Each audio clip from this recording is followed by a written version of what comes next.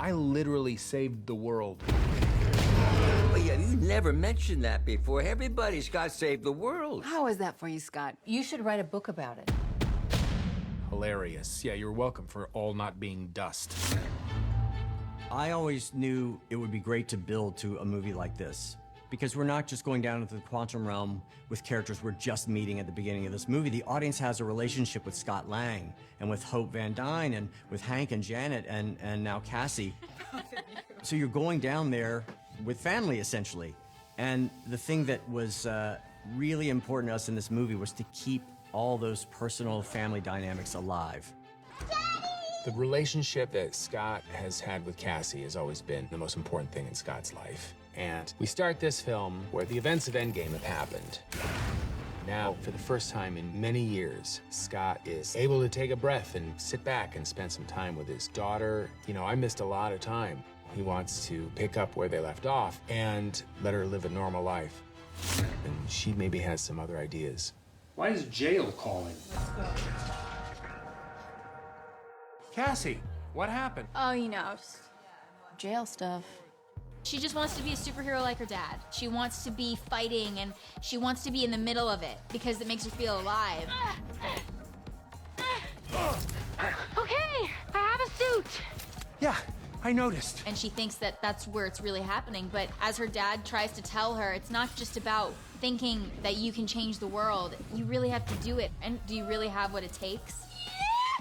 As far as having Catherine now play Cassie as a young adult, it was great because it's life. It's much different dealing with a 6-year-old than it is somebody who's 18. We're gonna ride the ant now? Yeah. So hang on. And so I think that the thing that was fun was watching Catherine kind of take on Cassie and play a character who wants to find her own way, discover who she is, and maybe butt heads with her dad a little bit. I'm not trying to tell you what to do. I'm just Telling saying her what to do. Telling me exactly what to do. Paul is the best. He was so welcoming.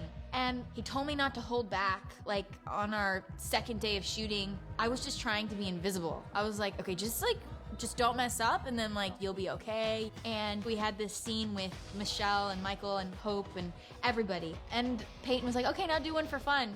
And I was like, okay. So I started improvising. And I did, whatever I wanted. And then afterwards, Paul was like, you gotta do that. He's like, you don't want to finish this movie and feel like you held anything back. And so that's what I took away from Paul, and I'll take that on forever to every project. What this movie thematically really is about is kind of exploring the secrets within families and the things that family members don't tell the others. At the beginning of the movie, Cassie's doing stuff that Scott doesn't know about. Janet Van Dyne has some secrets that they haven't shared.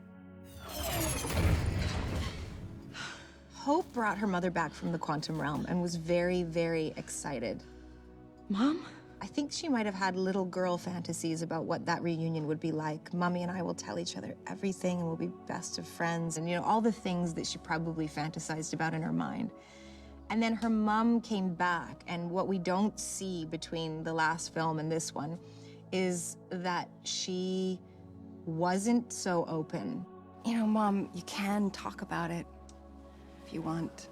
Sweetheart. There was a closed off part of her that Hope couldn't reach, and it hurts.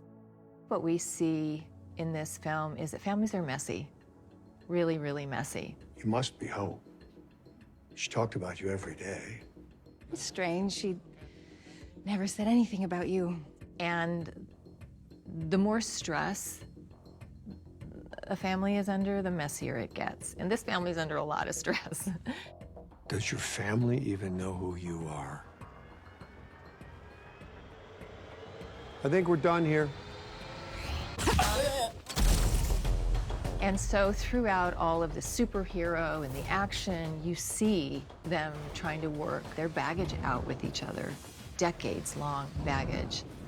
Really? Him? He used to be charming. But that guy? I was down here for 30 years, Henry. I had needs. Oh, my God. But that's also, I think, what I've always loved about the Ant-Man franchise is they always deal with the human aspects of it, and they somehow do the zany kind of stuff, but they keep it grounded in the way the people behave with each other.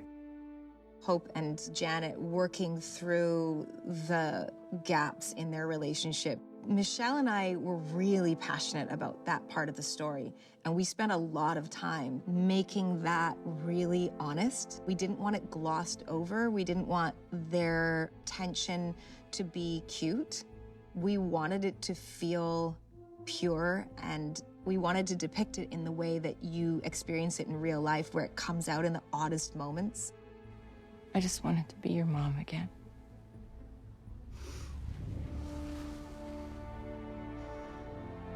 I'm so sorry you had to go through all of that alone. But you are not alone now. Here we go, and action. When you're lucky enough to get to tell a third film in your series, it means that you've been together with some of these cast members for years. With that comes a lot of trust about the kind of story you're telling. Don't let go. Don't ever let go. It's anchored by these amazing actors and the choices we made going back to that first film, like Evangeline Lilly, Paul Rudd, Michael Douglas. These are heavyweight talents which help sell the craziness of this world. When I first joined the MCU, I felt really like the dorky kid in the corner, because everyone was already such rock stars. The universe was so well established. And so it's just been an honor. I think of Marvel as a family. I can't quite believe who's in my family. And somehow I squeezed in the back door, and I don't know how I got away with it, but here I am. I look back and think it's been almost a decade now that I've been playing this part. I love you, Peanut. I love you too. And it's been really important to me in my life. I've never played a part for a long period of time, really. Okay, tiny dude is big now. He's big now. And I feel a real kind of kinship with the part. I'm gonna call you Antonio Banderas. I've loved it, and I feel protective of Scott Lang and Ant-Man. It's been an incredible thing to be a part of. Let's go home.